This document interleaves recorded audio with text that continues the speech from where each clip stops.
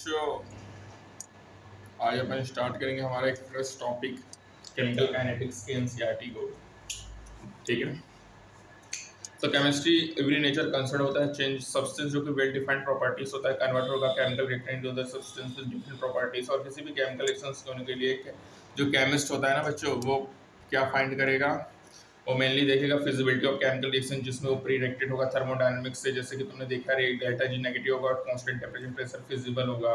Extent जिससे reaction proceed होगा determine होगा फ्रॉम केमिकल इक्विलिब्रियम। अब यहाँ पे स्पीड ऑफ रिएक्शन देखेंगे, that is time taken by reaction to reach equilibrium along with visibility and extent। ये इक्वली इंपॉर्टेंट है अपन को रेट और फैक्टर जो कि कंट्रोल करेगा रेट ऑफ केमिकल रिएक्शंस को, उसके कंप्लीट अंडरस्टैंडिंग को। जिससे अपन बात करें कि कौन सा पैरामीटर होता है जिससे अपन देखते हैं कि जल्दी फूड स्पॉइल्ड हो जाएगा, कैसे अपन डिजाइन करेंगे rapidly setting material for dental feeling, और क्या कंट्रोल करता है रेट जिसमें फ्यूल बर्न्स होता है ऑटो इंजन में। सभी क्वेश्चंस आंसर्ड होगा ब्रांच ऑफ केमिस्ट्री में जो कि डील करके स्टडी ऑफ रिएक्शन रेट को और उसके मैकेनिज्म को, जिसको अपन केमिकल काइनेटिक्स कहेंगे बच्चों।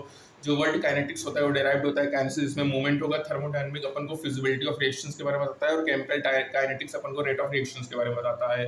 एग्जांपल की बात करें बच्चों, थर्मोडायनामिक डेटा इंडिकेट करेगा कि जो डायमंड सेल है वो कन्वर्ट होगा ग्रेफाइट में, लेकिन ये रियलिटी में कन्वर्जन रेट स्लो होगा क्योंकि जो चेंज होता है वो प्रिसिपिटेबल नहीं होगा। इसीलिए बहुत सारे लोग सोचते हैं बच्चों कि जो डायमंड है वो फॉरएवर है। काइनेटिक स्टडी केवल अपन को डिटरमाइन नहीं करके स्पीड और रेट ऑफ केमिकल रिएक्शन के साथ ही साथ कंडीशन को डिस्क्राइब करके इससे रिएक्शन रेट को अल्टर करते हैं। जो फैक्टर होते हैं जैसे कंसंट्रेशन, टेम्परेचर, प्रेशर, कैटलिस्ट, ये भी अफेक्ट करेगा रेट ऑफ रिएक्शंस को। मैक्रोस्कोपिक लेवल में अपन इंटरेस्टेड होते हैं अमाउंट रिएक्टेड और formed and rate of their consumptions और फॉर्मेशंस को। मॉलिक्यूलर लेवल में जो रिएक्शन मैकेनिज्म होगा इसमें इन्वॉल्व होगा ओरिएंटेशन एनर्जी ऑफ मॉलिक्यूल जिसमें अंडर होगा कोलिजन, जो कि अपन डिस्कस करेंगे। इस यूनिट में अपन देखेंगे डिफाइन करेंगे एवरेज और इंस्टेंटेनियस रेट ऑफ रिएक्शन और फैक्टर अफेक्टिंग दिस। कुछ एलिमेंट्री आइडियाज हैं कोलिजन थ्योरी ऑफ रिएक्शंस के जो कि गिव होंगे और अपन अंडरस्टैंड करेंगे रिएक्शन रेट को। रेट ऑफ केमिकल रिएक्शन, कुछ रिएक्शन होते हैं जैसे आयनिक रिएक्शन जो कि बहुत फास्ट होंगे, जैसे प्रेसिपिटेशन ऑफ सिल्वर क्लोराइड, वो इंस्टेंटेनियसली होगा जब अपन मिक्स करेंगे aqueous solution of silver nitrate and sodium chloride को। और साथ ही साथ बच्चों बहुत रिएक्शन बहुत स्लो जैसे रस्टिंग ऑफ आयरन है, प्रेजेंस ऑफ एयर मॉइस्चर, या रिएक्शन जिसमें inversion of cane sugar, hydrolysis of starch है, ये मॉडरेट स्पीड में होते हैं। अब कोई और एग्जांपल क्या तुम सोच सकते हो, तो तुम सरप्राइज होगे कि जो स्पीड होता है ऑटोमोबाइल का वो एक्सप्रेस्ड होता है terms of change in position और distance covered in certain period of time. Similarly जो स्पीड ऑफ रिएक्शन होता है रेट ऑफ रिएक्शन को डिफाइंड होता है change in concentration of reactant और प्रोडक्ट पर यूनिट टाइम। और स्पेसिफाई करेंगे जो रेट ऑफ डिक्रीज होगा concentration of any one of the reactant और रेट इंक्रीज होगा concentration of any one of the product. Consider करो एक हाइपोथेटिकल रिएक्शन होगा, रिएक्टेंट से प्रोडक्ट होगा, 1 mole of reactant R produce होगा, 1 मोल ऑफ प्रोडक्ट पी। ठीक है, कंसंट्रेशन हो गया बच्चों यहाँ पे R2 - R1 delta P P2 - Pn होगा। रेट ऑफ डिसअपीयरेंस होगा decrease in concentration of reactant upon time minus delta R upon delta T। Rate of appearance होगा plus minus plus delta P upon delta T। Delta R negative quantity है बच्चों, मतलब concentration decrease हो रहा है। जब multiply करेंगे -1 से तो rate of reaction positive quantity होगा। अब यहाँ पे एवरेज रेट ऑफ रिएक्शन क्या होगा, ये डिपेंड करेगा change in concentration of reactant और product per unit time change to occur बच्चों। यहाँ पे देखो ये एवरेज है long time interval -R2 - R1 upon T2 - T1 minus dp upon dt slope है, इंस्टेंटेनियस है बच्चों। Unit of rate of reactions की बात करें बच्चों तो यहाँ पे क्लियर होगा कि जो यूनिट ऑफ रेट होगा वो कंसंट्रेशन टाइम इनवर्स होगा। यदि कंसंट्रेशन मोल लीटर इनवर्स और टाइम सेकंड में तो यूनिट क्या होगा, mole litre inverse second inverse होगा। गैसेस में concentration express in terms of their partial pressure तो unit of rate equation ATM second inverse होगा बच्चों। ठीक है, क्या होगा, एटीएम सेकंड इनवर्स होगा।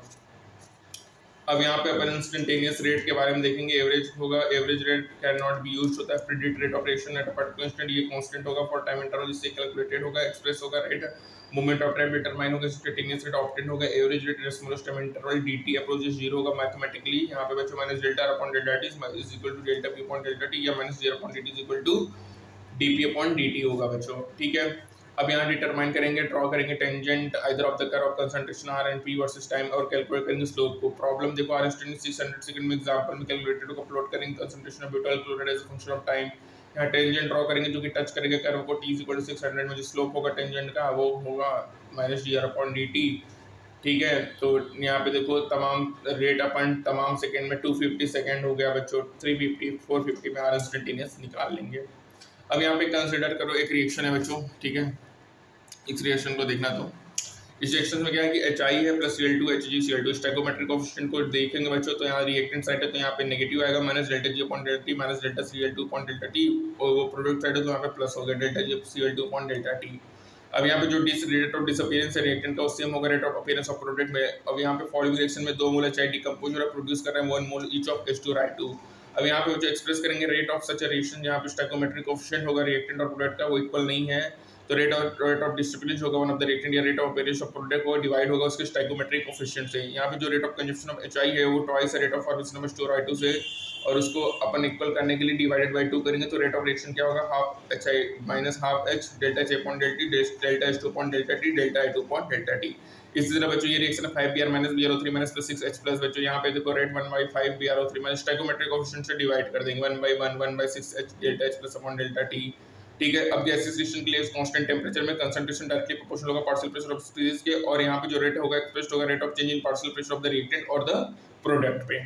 ठीक है,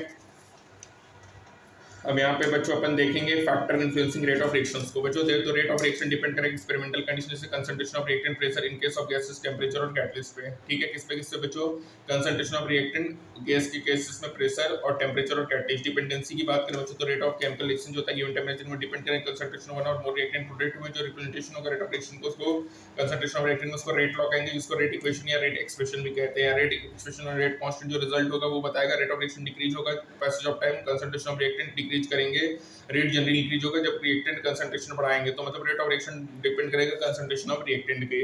मतलब बच्चों rate of reaction directly proportional to concentration of reactant होगा, यदि कंसंट्रेशन ऑफ रिएक्टेंट बढ़ाएंगे तो रेट बढ़ेगा, कम करेंगे तो रेट कम होगा। अब यहाँ पे देखो एक जनरल रिएक्शन देखेंगे, कंसीडर करेंगे। ठीक है, क्या कंसीडर करेंगे इसको ध्यान से देखिए। अब यहाँ पे एक जनरल रिएक्शंस देखेंगे, कंसीडर करेंगे। A B C stoichiometric coefficient है, रेट होगा एक ए की पावर x बी की पावर y होगा। यहाँ पे x और y मे और may not be equal to stoichiometric coefficient होगा। बच्चों इक्वेशन लिखेंगे माइनस जीरो अपॉन dt की a की पावर x b की पावर y होगा। बच्चों डिफरेंशियल रेट इक्वेशन होगा, k proportionality constant rate constant है। यहाँ पे जो इक्वेशन है रिलेट होगा रेट ऑफ रिएक्शन को कंसंट्रेशन ऑफ रिएक्टेंट्स को रेट लॉ, रेट एक्सप्रेशन कहेंगे। जो रेट लॉ होगा वो reactant rate is given terms in molar concentration होगा, रेज टू द पावर होगा जो कि सेम नहीं होगा stoichiometric coefficient of the reactants with balanced chemical equation. 2NO plus O2 2NO2 gas होगा। मेजर करेंगे रेट ऑफ रिएक्शन को as a function of initial concentration by keeping the concentration of one of the reactant constant, और change करेंगे concentration of other reactant को by changing the concentration of both the reactant. अब यहाँ पे following result obtained होगा। बच्चों यहाँ पे ऑब्वियस है, जब अपन रिजल्ट को देखेंगे, जब कंसंट्रेशन ऑफ NO को डबल करेंगे और O2 को कांस्टेंट रखेंगे तो इनिशियल रेट इंक्रीज होगा बाय फैक्टर बाय 4, और ये इंडिकेट करेगा कि जो रेट है वो डिपेंड करेगा square of the concentration of NO पे। जब कंसंट्रेशन ऑफ NO को कांस्टेंट रखेंगे और कंसंट्रेशन ऑफ O2 डबल करेंगे तो रेट डबल होगा। ये इंडिकेट करेगा कि जो रेट है वो डिपेंड करेगा concentration of O2 to the first power. जो रेट इक्वेशन होगा बच्चों होगा कि NO की पावर 2 और O2 की पावर 1। बच्चों याद रखना जो हमारा रेट ला है वो एक्सपेरिमेंटल कॉन्सेप्ट है, और जो हमारा लोमा था केमिकल इक्विलिब्रियम वो थ्योरेटिकल कॉन्सेप्ट था। ठीक है, यहाँ पे देखो डिफरेंशियल रेट इक्वेशन क्या होगा, minus D R upon D T की NO2 O2। यहाँ ऑब्जर्व करो रिएक्शन में जो रेट इक्वेशन है वो डिराइव्ड होगा experimental data exponent of the concentration term जो कि सेम होगा स्टोइकोमेट्रिक कोएफिशिएंट में जो कि बैलेंस केमिकल इक्वेशंस में होते हैं। ठीक है, अब यहाँ पे देखो कुछ अदर एग्जांपल है बच्चों, ये है CaCl3 plus Cl2 CCl4 experimental rate के। CaCl3 Cl2 की पावर हाफ होगा, यहाँ पे CaCl3 3s2 5s2 होगा। अब यहाँ पे देखो इस रिएक्शन में जो एक्सपोनेंट होगा कंसंट्रेशन टर्म्स का वो सेम है नहीं है उसके स्टोइकोमेट्रिक कोएफिशिएंट। तो अपन ये कह सकते हैं कि जो रेट लॉ होता है किसी भी रिएक्शंस का वो प्रेडिक्ट नहीं होता at a balance chemical reaction theoretically, बस ये डिटरमाइन होगा एक्सपेरिमेंटली। वही मैंने तुमसे बोला कि रेट लॉ एक्सपेरिमेंटल कॉन्सेप्ट है, हमारा लोमा एक थ्योरेटिकल कॉन्सेप्ट है। ठीक है, ऑर्डर ऑफ रिएक्शंस है, रेट ए की पावर x b की पावर y है। x और y इंडिकेट करेगा कि कैसा सेंसिटिव है ratio of change in concentration of A और B। Sum of this component x plus y open को ऑर्डर ऑफ रिएक्शन देगा, x और y रिप्रेजेंट करेगा order with respect to reactant A और B। जो सम ऑफ पावर होगा concentration of reactant in the rate of expressions को order of that chemical reaction कहेंगे। Order of reaction can be 0 1 2 3 even a fraction होगा। Zero order reaction means क्या होता है कि जो रेट ऑफ रिएक्शन है वो इंडिपेंडेंट होगा कंसंट्रेशन ऑफ रिएक्टेंट पे। ठीक है, एक बैलेंस केमिकल रिएक्शन कभी भी अपन को ट्रू पिक्चर नहीं देगा कैसे रिएक्शन टेक प्लेस होगा, ये अपन कंप्लीट बताएगा सिंगल स्टेप को। जो रिएक्शन सिंक्रोनस स्टेप होगा एलिमेंट्री रिएक्शंस होगा, जब सीक्वेंस ऑफ एलिमेंट्री रिएक्शंस जिसको मैकेनिक्स कहते हैं अपन को प्रोडक्ट देगा तो उस रिएक्शंस को कॉम्प्लेक्स रिएक्शंस कहेंगे। ये कॉन्जुगेटिव रिएक्शंस होगा, जैसे oxidation to ethane to CO2 और H2 पासेस होगा सीरीज ऑफ इंटरमीडिएट स्टेज जिसमें अल्कोहल एल्डिहाइड एसिड फॉर्म होंगे। रिवर्स रिएक्शन और साइड रिएक्शंस होंगे। नाइट्रेशन ऑफ फिनॉल होगा जिसमें अपन को ऑर्थो एंड पैरा नाइट्रोफिनॉल मिलेगा। यूनिट ऑफ रेट कांस्टेंट की बात करें बच्चों तो यहाँ पे रेट कांस्टेंट क्या होगा, कंसंट्रेशन मोल लीटर इनवर्स और टाइम इनवर्स होगा। ठीक है, यहाँ पे यूनिट ऑफ के डिफरेंट ऑर्डर में डिफरेंट होगा। जीरो ऑर्डर में मोल पर litre 1 - 10 time inverse mole litre second inverse. First order में सेकंड इनवर्स है, सेकंड ऑर्डर में मोल पर लीटर -1 लीटर सेकंड इनवर्स है बच्चों। ठीक है, अब बात करेंगे मॉलिक्यूलरिटी के बारे में। तो अनदर प्रॉपर्टी होगा मॉलिक्यूलरिटी जो कि अपन को बताएगा कि कितने number of reacting species taking part होंगे एलिमेंट्री रिएक्शंस में जो कि कोलाइड साइमल्टेनियसली करेंगे और अपन को केमिकल रिएक्शन लेंगे उसको मॉलिक्यूलरिटी कहेंगे बच्चों। जैसे यहाँ पे डिकम्पोजिशन ऑफ अमोनियम नाइट्रेट है तो यूनिमॉलिक्यूलर है, सिंगल मॉलिक्यूल इन्वॉल्व है तो यूनिमॉलिक्यूलर है। जब डिसोसिएशन ऑफ हाइड्रोजन आयोडाइड है तो ये हमारा बाईमॉलिक्यूलर है। यहाँ पे 2-3 मॉलिक्यूल है तो ये ट्राई मॉलिक्यूलर टेट्रा मॉलिक्यूलर भी स्पीसीज रिएक्ट करते हैं बच्चों। जो प्रोबेबिलिटी होता है more than 3 molecule collide react वो बहुत ही स्मॉल होता है। जो रिएक्शन होगा with the molecularity 3 very rare and slow to proceed होगा। अब यहाँ पे एविडेंट है कि जो कॉम्प्लेक्स रिएक्शन होगा इसमें इन्वॉल्व होगा मोर than 3 molecule in the stoichiometric equation, जो कि मोर देन 1 स्टेप में होगा। ये बच्चों ये एक रिएक्शन है, ये रिएक्शन अपन को 10th ऑर्डर दिख रहा है लेकिन ये सेकंड ऑर्डर रिएक्शन है। ये रिएक्शन बताता है कि जो रिएक्शन टेक प्लेस होगा सेवरल स्टेप में होगा। अब कौन सा स्टेप कंट्रोल करेगा रेट ऑफ ऑर्गेनाइजेशन को, तो इसका आंसर होगा जो अपन मैकेनिज्म ऑफ रिएक्शन देखेंगे जैसे अपन देखते हैं chances of win relay race competition team depend करेगा slowest person in the team. इसी तरह जो ओवरऑल रेट ऑफ रिएक्शन होता है वो कंट्रोल होता है आरडीएस में रेट डिटरमाइनिंग स्टेप। जैसे डिकम्पोजिशन ऑफ हाइड्रोजन पेरोक्साइड होगा जो कैटालाइज होगा I- से अल्कालाइन मीडियम में बच्चों तो 2H2 + O2 मिलेगा। जो रेट इक्वेशन होगा -dH2/dt = KH2 I- होगा। रिएक्शन फर्स्ट ऑर्डर होगा with respect to both H2I2 होगा। एविडेंस होगा कि रिएक्शन दो स्टेप में होगा H2O2 + I- 2 I- H2O2 I + I- both step biomolecular inventory reaction होगा। I- इंटरमीडिएट स्पीसीज फॉर्म्ड होगा during the course of the reaction. ये ओवरऑल बैलेंस्ड इक्वेशन नहीं होगा। जो फर्स्ट स्टेप होगा वो रेट रिटर्न -2 का रेट ऑफ फॉर्मेशन जो होगा इंटरमीडिएट का डिटरमाइन करेगा रेट ऑफ रिएक्शंस को। अब यहाँ पे कुछ डिस्कशन करेंगे बच्चों की ऑर्डर ऑफ रिएक्शन जो एक्सपेरिमेंटल क्वांटिटी होगा ये कैन बी जीरो और इवन फ्रैक्शन होगा। जो मॉलिक्यूलरिटी होता है बच्चों कभी भी जीरो और नॉन इंटीजर नहीं होगा। ऑर्डर एप्लीकेबल होगा elementary as well as complex reactions में। जो मॉलिक्यूलरिटी होगा एप्लीकेबल होगा केवल एलिमेंट्री रिएक्शंस के लिए। कॉम्प्लेक्स रिएक्शंस के लिए मॉलिक्यूलरिटी की कोई भी मीनिंग नहीं होती है बच्चों, ठीक है। उसके बाद बच्चों कॉम्प्लेक्स रिएक्शन में ऑर्डर गिवन स्लो स्टेप और जो मॉलिक्यूलरिटी होगा स्लो स्टेप का सेम होगा order of the overall reaction का, ठीक है। तो कॉम्प्लेक्स रिएक्शन में ऑर्डर गिवन होगा स्लो स्टेप से और मॉलिक्यूलरिटी जो होगा स्लो स्टेप का सेम होगा ऑर्डर ऑफ ओवरऑल रिएक्शंस का, ठीक है। अब बच्चों यहाँ पे ये इंपॉर्टेंट होगा। उसके बाद ऑर्डर एप्लीकेबल होगा एलिमेंट्री और कॉम्प्लेक्स रिएक्शन दोनों के लिए, लेकिन मॉलिक्यूलरिटी एप्लीकेबल होगा केवल एलिमेंट्री रिएक्शंस के लिए। मॉलिक्यूलरिटी कॉम्प्लेक्स रिएक्शंस का कोई भी मीनिंग नहीं होगा, ठीक है।